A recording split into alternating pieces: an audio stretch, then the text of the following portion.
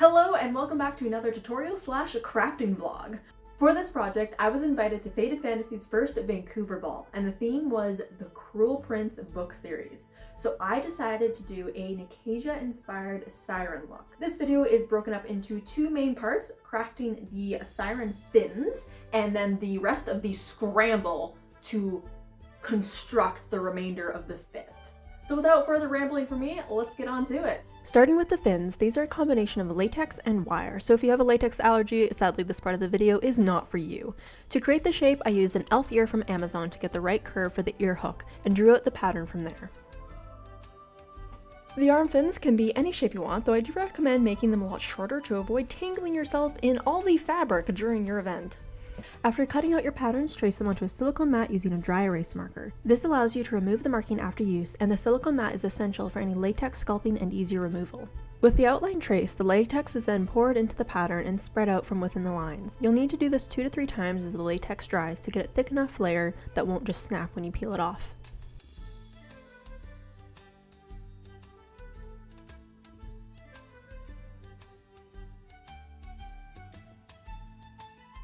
As the latex layers are drying, grab some wire to use as the support structure. I like using the thinner wire as it's easier to bend into smaller shapes. However, it's not strong enough on its own, so you will need to double it back and wrap it a few times around the base.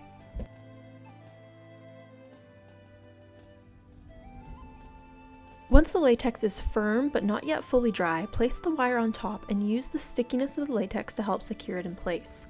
You'll then create a paste by mixing together toilet paper with the latex, making a firmer goo to place on top of the wire and build up the fin ridges. You can smooth these out nicely using your fingers as it dries. Once the latex fin is fully dry, usually around 2 hours, it peels off easily from the silicone mat. Oh, look at that! It is the next morning. They're all dry now. That worked so well. Oh my goodness, they're a little bit long. I might chop it a bit, but I can kind of use the wire to position them. And they stay on. I mean, I was gonna glue them, but they stay on so well. So yes, a great success for the ear fins. The arm fins, however, need a flatter edge to help with stability, and hot glue is a great option to build up a base, with a silicone mat creating a smooth bottom for the skin adhesive to stick to. Additional securing is a good idea for the arm fins as well, since they'll have a lot of movement. For this, you can grab some clear bra straps, which come with an adjustment piece and are slightly elastic. Glue that on the center of the fin base to help secure the majority of the weight and prevent any glue troubles during your event. Once happy with the fit and shape of the fins, it's time to paint. I prefer an airbrush to paint all of my accessories, as it provides a nice smooth gradient application and allows the webbing to remain slightly transparent with just a thin layer of color if desired. And there you have your complete pair of siren fins. These can be secured to your body using a skin-safe adhesive such as spirit gum or Prozaid. Up next, we are going to get into the creation process of the rest of the fit for this project. But first, a little message from our sponsor.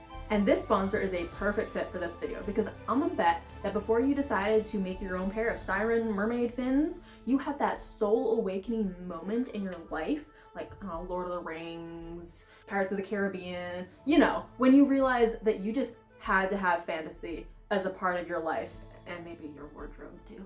But what about your kids? And I mean, like, if you actually have flesh children, not just fur babies. Well, you should consider indoctrinating them into the fantasy cult sooner rather than later, and it just so happens that I have the perfect book to do so. Brigida of the White Forest is the first of 6 tales following our Tonbari hero and her little sister as they have to save the forest from the mysterious curse that has turned their village into stone.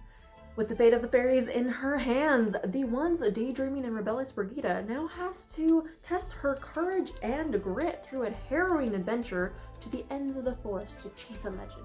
Full of fantastical creatures, cute little furry sidekicks, and intriguing world building, be sure to go check out Danica's website so you can grab the first book and start spreading the word of Fantasy Nerd. But if you would like to stick around for the rest of this mermaid build, then we are going to rush through the last few frantic moments I had to throw together a full-on gown for an event. Ignore the colors, but I think I kind of got the gist of my design.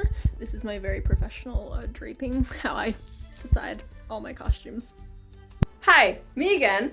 So originally I had like a good solid 2 weeks to do this entire project, which was gonna be plenty of time. It would have been a breeze. So easy. But surprise, I decided to just like completely move cities partway through, which like I've been wanting to do for a while, but I didn't think it was gonna be this week. Uh, so in time of like signing the lease, I had then had less than a week to pack up and clean my old place, move cities, and unpack, and then get the workshop somewhat usable, which there's a workspace, there's also still a lot of boxes, and the rest of the house is all still in boxes, but I moved. Now we have 2 days until Faeted Fantasy event, so I have a concept. I have a plan, I know what I'm doing, I have my to-do list. It's fine, I've been training for this, that's what Con Crunch is for. Let's go. So the vision here is mermaid scraps thrown together as if collecting trinkets from the beach, with an overall flow as if drifting in the sea currents underwater, but still poised and elegant enough to attend a ball, so only the fanciest of scraps. The color scheme was taken from my absolute dream mermaid tale, the Twilight Tide from Thin Folk Productions, so a lot of dark blues and then the shimmering lights represent bioluminescence. Luckily, I already had the 2 main pieces that I need for this project, a beige corset for the base to sew everything onto, and one of the light up fairy wings that has a battery operated string of fairy lights sewn into the fabric. The top was created to mimic a wave-like texture, pinned into a folding pattern through much trial and error until I was happy with the draping. It was sewn into place along the outer edges with a machine and then hand sewn where needed to keep the folds in place. To give the skirt section as much volume as possible, I used the ruffling technique where you stitch the fabric with a wide stitch and then pull the string through so the fabric bunches together. This was done with all the little fabric pieces on the skirt so they wouldn't lie flat. The skirt was sewn on the underside of the corset to hide the unfinished ends, with one side slightly higher to match the curving flow of the top. Because of the hard corset boning and the LED lights scattered throughout the skirt, I had to be really careful sewing the skirt onto the corset, but despite my best efforts, I broke 3 needles doing this. With everything sewn in place, the last step was to add some more decorations. The top was covered in pearls, and the transition between the skirt and corset was hidden with a thick line of seashells. I also went through and hoisted the skirt up in several locations to give it more volume in any place that was looking too much just like a piece of fabric thrown on. The 2-day crafting scramble really is all about finding those little hacks to make lazy work look like an intentional design. I also really wanted to incorporate some rope into the design, since that's a pretty iconic mermaid fashion piece, so I glued some off-the-shoulder loops to mimic sleeves.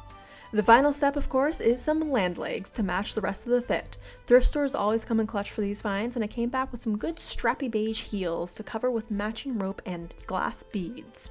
At this point, the whole fit was feeling too light on the rope, so I fumbled together a strappy leg piece to add to the heels, which tied everything together so much better than bare legs.